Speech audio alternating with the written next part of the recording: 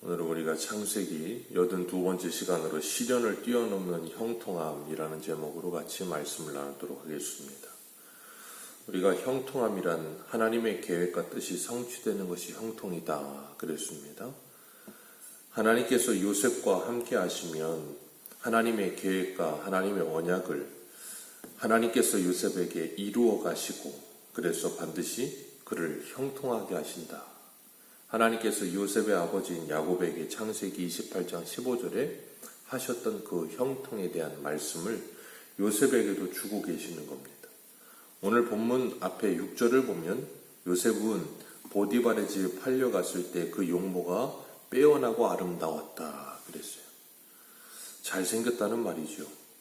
보디발의 아내가 자신의 집에 종으로 팔려온 청년 하나가 잘생기고 그리고 또 성실하니까 그가 마음에 들었던 것 같아요. 그래서 요셉에게 눈짓하다가 동침하기를 청했다 그랬습니다. 용모가 빼어남과 그 아름다움은 하나님이 주신 복입니다. 머리가 명석한 것도 하나님의 은혜입니다. 그런데 그런 하나님의 은혜를 받고 하나님의 달란트, 하나님이 주신 달란트가 때로는 시험과 유혹의 조건이 되기도 한다는 거예요. 요셉이 잘생기지 않았다면 보디발의 아내가 유혹하지 않았을 겁니다. 그의 용모의 빼어남과 아름다움 때문에 요셉은 시험을 받았어요. 오늘 10절을 보면 보디발의 아내가 요셉을 유혹하는데 한두 번 하는 게 아니라 날마다 요셉을 청하였다라고 말하고 있어요. 그냥 같이 일하는 종들이었다면 요셉이 화를 내거나 뭐라 했을 텐데 주인의 아내니까 이건 그러지도 못해요. 그랬다가 잘못하면 자기가 잘려버릴 수도 있는 거고 죽을 수도 있는 문제이기 때문에 함부로 대하지도 못하는 거예요. 이것은 요셉뿐 아니라 오늘날을 살고 있는 그리스도인들이 세상을 살면서도 마찬가지입니다.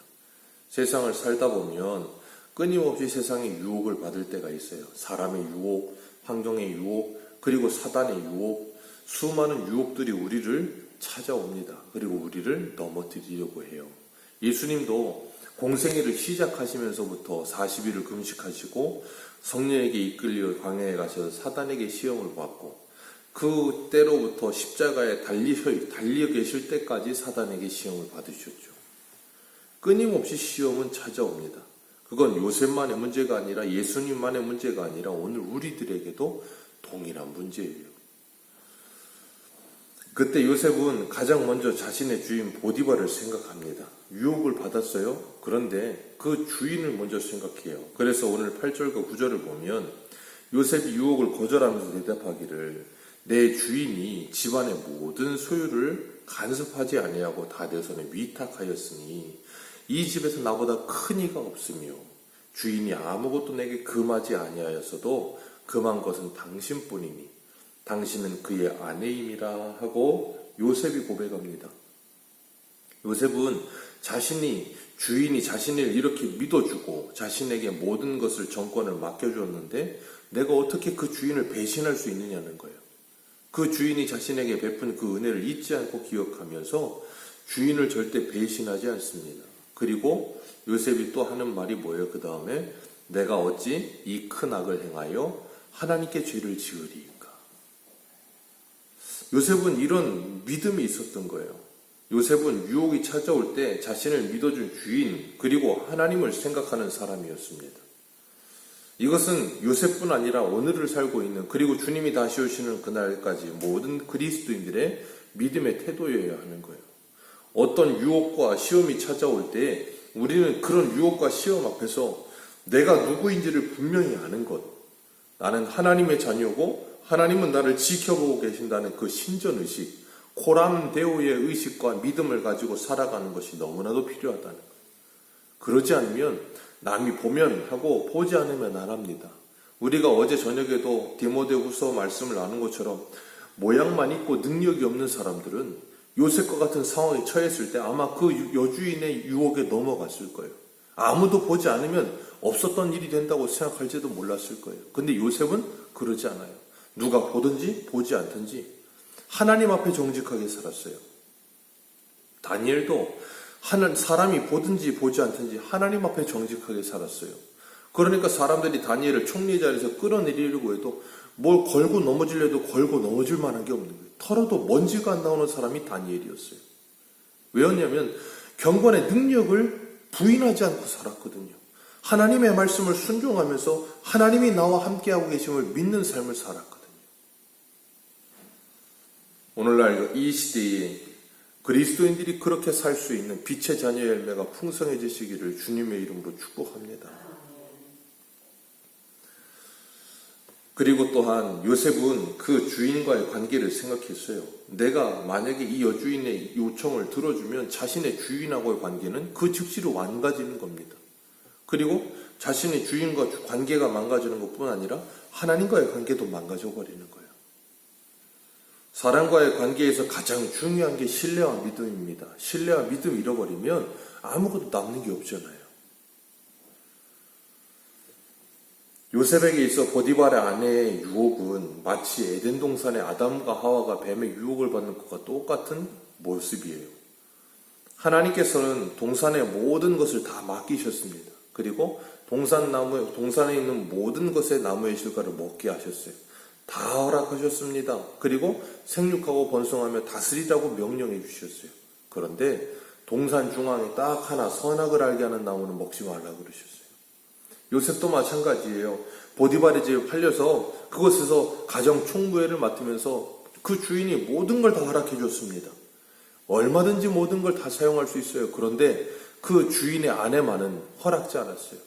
그렇기 때문에 요셉에게 있어 이 보디발의 아내는 마치 선악과와 같은 시험인 거예요.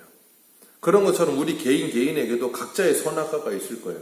하나님께서 넘지 말라고 정해주신 그 선이 있을 거란 말이에요. 그걸 넘지 않는 게 신앙이에요. 우리에게도 분명히 우리가 가지고 있는 선악과들이 분명히 있습니다. 넘지 말아야 될 것.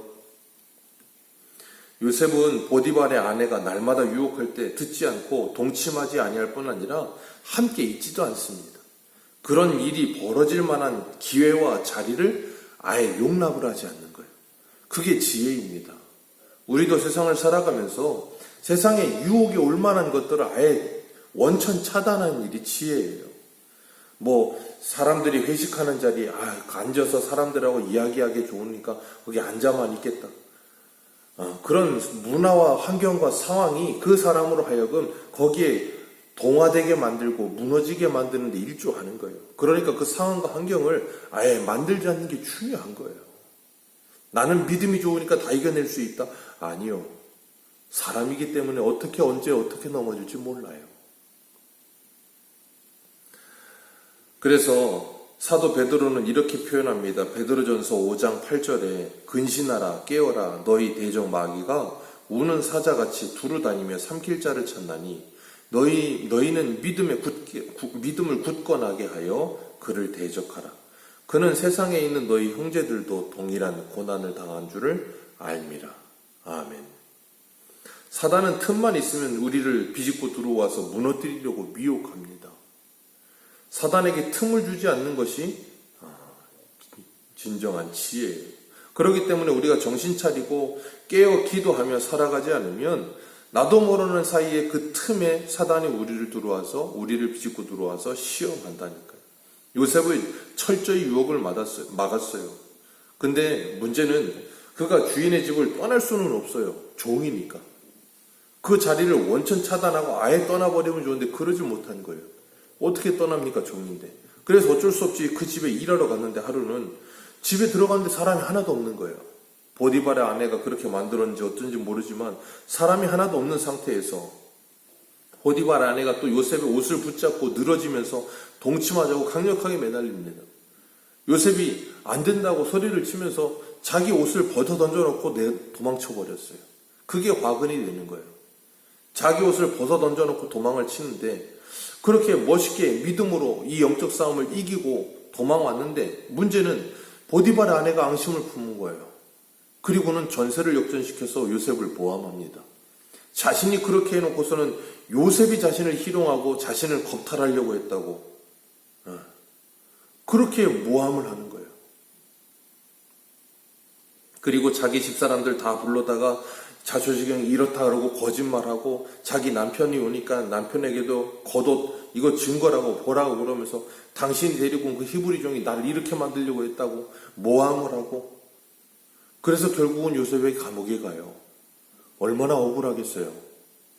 형들에게 죽일 뻔하다가 종으로 팔려온 것도 억울한데 아무것도 잘못한 게 없는데 열심히 했을 뿐이고 믿음으로 살았을 뿐이고 하나님 앞에서 정말 믿음으로 살기 위해 애썼을 뿐이고 얼마나 멋있습니까? 이렇게 살 수 있으면 정말 하나님이 칭찬하실 거예요. 그런데 요셉은 그것 때문에 모함을 받아서 감옥에 가요. 그러니까 우리가 이걸 인과율적으로 생각하면 도무지 해석이 되지 않는 거예요. 요셉같이 살았는데 왜 감옥에 가나? 그렇게 믿음으로 살았으면 보통 사람들의 생각에는 하나님이 복 주시고 잘 돼야 되는 거 아니냐. 그런 생각을 한다니까요. 아니라니까요. 그런 게. 얼마나든지 억울할 수 있는 상황이 찾아왔어요. 잘못한 게 하나 없는데. 그러니 감옥에 들어갔을 때 얼마나 그냥 병이 날 만큼 복수심이 불타오를 수 있겠어요. 보통 사람이라면 다 그렇죠.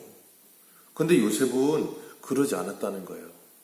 21절 말씀 한번 읽습니다. 21절입니다. 시작. 여호와께서 요셉과 함께 하시고 그에게 인자를 더하사 사자들에게 은혜를 받게 하시매. 아멘.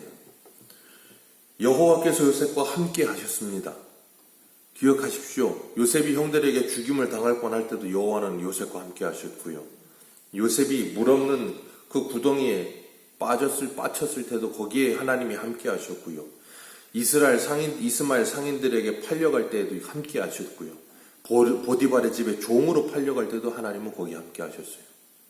그러니까 우리가 이런 성경적 개념을 가지고 신앙을 점검하지 않으면 자꾸 세상적 개념을 가지고 자꾸 내 스스로가 모든 걸 생각을 해요. 하나님이 함께 하시면 복 받는다.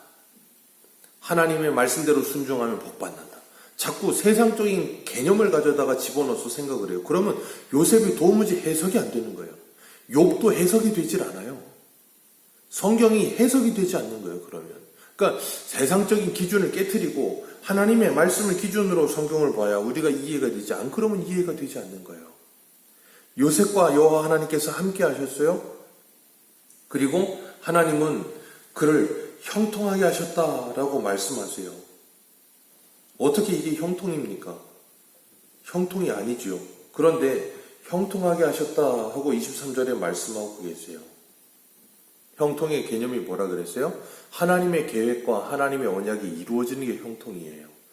요셉 개인의 생각과 우리 개인의 인간적인 생각이 아니라 하나님이 내게 이루시고자 하는 것이 이루어지는 게 형통이에요. 그래서 21절에 하나님께서 요셉과 함께 하시고 그에게 인자를 더하사 간수장에게 은혜를 받게 하셨다. 아니 이런 데 들어가서 은혜를 받아 뭐합니까? 차라리 안 들어가는 게 좋죠. 근데 하나님은 거기에 요셉을 집어넣으시고 거기에서 간수장에게 은혜를 받게 하셨대요. 요셉은 억울한 일을 당하는데 하나님은 그가 가는 곳마다 함께 하셨다 그러시고 그를 형통하게 하셨다 그러시고 하나님 요셉과 함께 하시면 어디를 가나 형통해야 될 것 같은데 인간적인 생각이 형통해야 될 것 같은데 그와는 정반대이고 그런데 하나님은 그가 복을 받았다 말을 하고 왜요? 하나님이 함께 하시니까 복의 근원이신 복 자체이신 하나님이 함께하고 계시기 때문에 형통인 거고 우리 찬송가 가사처럼 그 어디나 하늘나라가 되는 거예요.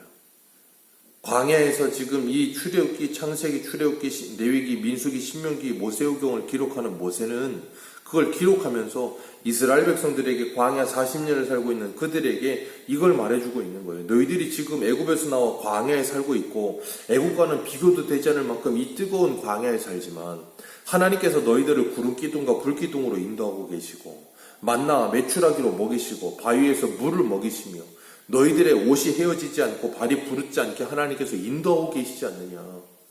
이게 바로 형통이다. 이게 바로 하나님께서 너희들에게 주시는 복이다. 그러는 거예요. 그런데 인간적인 생각을 하면 어떻게 생각해요? 이게 무슨 복이냐. 그럴 거면 애굽에서 데리고 나오지 말고 이 고생을 시키지 않으면 되는 거지. 데리고 나와서 고생시키면서 이게 하나님이 함께 하시는 복이라고 하면 이게 무슨 복이냐. 그렇게 생각을 한다고요. 근데 하나님은 그걸 통해서 하나님이 그들과 함께 하시면 아무것도 부족한 게 없으며 하나님이 그들과 함께 하시면 사막에서도 그들이 40년을 살 수 있다는 걸 가르쳐 주시는 거예요. 그걸 배우는 겁니다. 말도 안 되는 모함을 받고 감옥에 가고, 그런데 그런 요셉은 그 감옥에 가면서도 아무런 말을 하지 않아요. 억울하다고 말하지도 않고 대거리하지도 않고 부인이 거짓말하는 거라고 이야기하지도 않습니다. 마가복음 15장 10절을 보면 예수님께서 빌라도에게 신문을 받으실 때도 예수님은 아무런 말씀을 하지 않으세요. 빌라도는 예수님께서 대제사장들이 시기로 예수님을 넘겨준 걸 알았어요. 마가복음 15장 10절을 보면 이는 그가 대제사장들이 시기로 예수를 넘겨준 줄 알미러라. 예수님 죄 없다는 거 알았습니다. 3번이나 놓아주려고 했지요. 근데 예수님은 아무런 말씀을 하지 않았어요. 그들이 모함했고 시기로 그랬고 말도 안 되는 죄목을 갖다 붙여서 예수님을 죽이려고 하는데 예수님 아무 말씀하지 않으세요. 그리고 그 대제사장들 서기관들이 모함하여 예수님을 내어주고 그들의 그 시기심 때문에 예수님 십자가에 못 박혀 죽죠. 그들의 그 모함이 이루어졌다고 생각하지만 그들의 모함이 이루어진 게 아니라 하나님의 뜻이 이루어진 거예요. 요셉도 마찬가지예요. 보디발의 아내가 모함하여 감옥까지 갔지만 그것이 하나님의 그 뜻이 이루어지는 것이었던 거예요. 그리고 요셉은 그 앞에 아무런 말을 하지 않습니다. 힘들 수 있고 괴로울 수 있고 억울할 수 있어요. 근데 아무런 말을 하지 않아요. 베드로전서 2장 18절은 이렇게 표현합니다. 사환들아 범사에 두려워함으로 주인들에게 순종하되 선하고 관용하는 자들에게만 아니라 또한 까다로운 자들에게도 그리하라. 부당하게 고난을 받아도 하나님을 생각함으로 슬픔을 참으면 이는 아름다우니라. 때로는 회사 생활하면서 직장 생활하면서 사회생활하면서 아니면 주변의 이웃들과의 관계 속에서 애매히 고난받을 때 있습니다. 내가 하지도 않은 말 했다고 모함할 때도 있고요. 뒤에서 내 말을 하고 있을 때도 있어요. 그런 말 들으면 혈압이 오르죠. 화가 나죠. 없었던 일인데 왜 저렇게 말하나? 왜 나를 모함하나? 그래서 우리 선조들이 그런 말 했죠. 모르는 게 약이다. 네, 모르는 게 약일 때가 있어요. 그냥 모르는 척 그냥 넘어갈 때가 약일 때가 있어요. 그걸 하나부터 열까지 다 꼬치꼬치 깨묻고 그 관계 깨트리고 그거 분란 일으켜봐야 아무런 이득이 될 게 없어요. 하나님께서는 우리들에게 그런 어려움 속에서도 하나님을 생각함으로 참으면 그건 아름답다라고 말씀하세요. 시편 105편 17절에 이렇게 말합니다. 그가 한 사람을 앞서 보내셨으며 요셉이 종으로 팔렸도다. 그의 발은 착고를 차고 그의 몸은 쇠사슬에 매였으니 곧 여호와의 말씀이 응할 때까지라. 그의 말씀이 그를 단련하셨느니라. 아멘. 하나님의 말씀이 요셉을 단련하시는 중입니다. 보디발의 아내의 모함이 하나님의 말씀을 통해 그 요셉이 단련되고 있는 중이었어요. 그 모든 일련의 일들이 하나님이 요셉을 말씀으로 단련하셔서 말씀의 사람으로 세우기 위한 하나님의 계획이었던 거예요.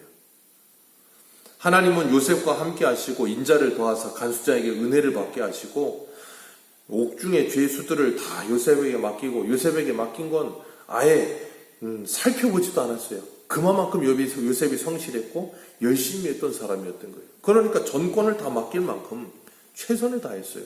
요셉은 억울할 수 있고 화가 날 수 있고 그래서 이러지 않을 수도 있었어요. 내가 하나님을 잘 믿고 믿음으로 살려고 하는데 결과가 그냥 이거냐 그러면서 하나님께 오히려 원망할 수도 있어요. 근데 요셉은 그러지 않아요. 자신에게 주어진 오늘을 열심히 삽니다. 믿음으로 삽니다. 그리고 23절 같이 읽습니다. 23절입니다. 시작. 간수장은 그의 손을 맡긴 것을 무엇이든지 살펴보지 아니하였으니 이는 여호와께서 요셉과 함께 하십니다. 여호와께서 그를 범사에 형통하게 하셨더라. 아멘. 교회 다니는 사람들 치고 이런 형통을 원하는 사람은 아마 거의 없을 거예요. 근데 하나님은 이게 형통이라고 말씀하세요. 말씀이 이루어지는 게 형통이지 다른 게 형통이 아니라는 거예요. 주님을 만나는 게 형통이지 다른 게 형통이 아니라는 거예요. 하나님의 사람으로 사는 게 형통이지 다른 게 형통이 아니라는 거예요. 요셉은 보디발의 집에 종으로 살면서도 성실하고 열심히 살았고요. 진실하게 살았고요. 감옥에 내려와서도 거기에서도 원망과 불평하면서 북소심에 불타올라서 화를 내고 있지 않고 그 자리에서 열심히 살았습니다. 오늘을 믿음으로 열심히 사는 일이 가장 중요한 거예요. 그리고 하나님께서 그와 함께 하시면서 그를 단련하셔서 그가 그 모함과 원통함과 억울함을 넉넉히 이겨낼 수 있게 하셨어요. 그것이 바로 요셉이 받은 복이에요. 분명히 요셉이 억울하기도 했습니다. 그러나 요셉은 그 억울함 속에도 오늘이라고 하는 이 현실을 최선을 다해 살아요.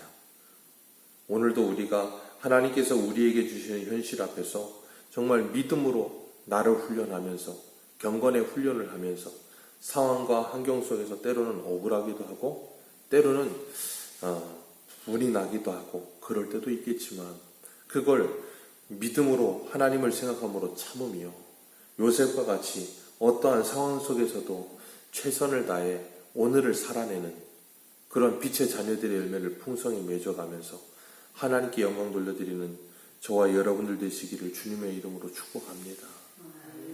기도하겠습니다.